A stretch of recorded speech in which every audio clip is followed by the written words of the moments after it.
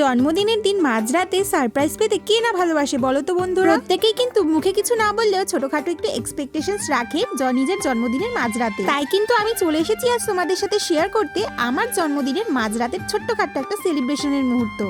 আস্তে আস্তে আস্তে তুমি তো সবার জন্মদিনে আছো, তোমার চিন্তা নেই। কেক কাটার সময় বাবা মাঝরাতের জন্মদিনের জন্য বর কিন্তু নিয়ে এসেছিল ডেইরি মিল্ক ছোট্ট একটা কেক, তার সাথে ছানার পায়েস। তারপর আবার হঠাৎ করে দিদি ভাইরাও কিন্তু আবার আমার জন্য এক বাটি পিঠা নিয়ে একদম উপস্থিত হয়ে গেছিল আমার জন্মদিন সেলিব্রেট করতে। তাই কিন্তু রাত্রির 12টার সময় এদেরকে নিয়েই সাথে নিয়েই আর দেখো বিছানায় কিন্তু আমরা শুয়েই পড়েছিলাম। তো তার মধ্যেই উঠে একদম সুন্দর করে ছোট্ট করে একটা সবাই মিলে সেলিব্রেট করে নিলাম। আর হ্যাঁ, আমার জন্মদিনের কিন্তু অনেক ছোট ছোট রিলস, অনেক পোস্ট আমি শেয়ার করেছি। তোমরা সকলেই আমাকে অনেক অনেক ভালোবাসা দিয়েছো, অনেক অনেক উইশ করেছো। যারা আমাকে অনেকে হ্যাপি বার্থডে উইশ করে মেসেজও করেছো। তো সবাইকে একসাথেই আমি এই ভিডিওতে বলে দিচ্ছি তোমাদের সবাইকে অনেক অনেক ভালোবাসা, আমাকে এতটা ভালোবাসা দেওয়ার জন্য। তোমরা সকলে সবসময় আমার পাশে এরকম ভাবেই থেকো, তাহলেই কিন্তু আমি আরো সামনের দিকে এগিয়ে যেতে পারবো আর তোমাদেরকে আরো সুন্দর সুন্দর ভিডিও উপহার দিতে পারবো।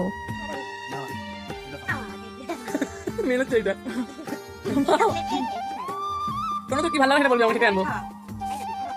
খাবে না দে, তুই খা, তুই খা, তুই খা। সোমর দে, ভালো ভাই, আমার ভাই বউ খাবে। দিয়ে দে, কেকটা দিয়ে দিয়েছিল। কেকটা কেন বল।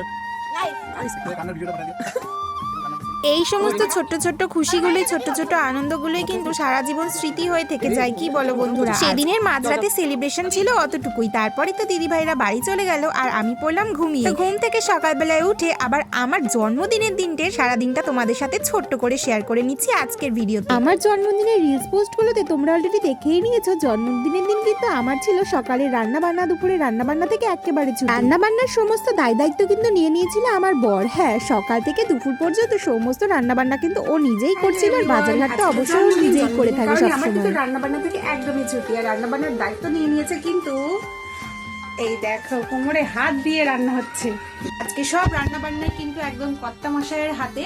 তো জন্মদিনের দিন কিন্তু বেশ ভালোই লাগে, কি বলো, রান্না থেকে ছুটি। তো আমি তো বেশ এনজয় করছি। দুপুরের খাওয়া দাওয়া তোমাদের সাথে অবশ্যই শেয়ার করবো, কি কি রান্না হলো শেয়ার করবো। এখন কিন্তু কড়াই হচ্ছে চিকেন আর ওদিকে পায়েস হচ্ছে। সুন্দর তাকাও একটু।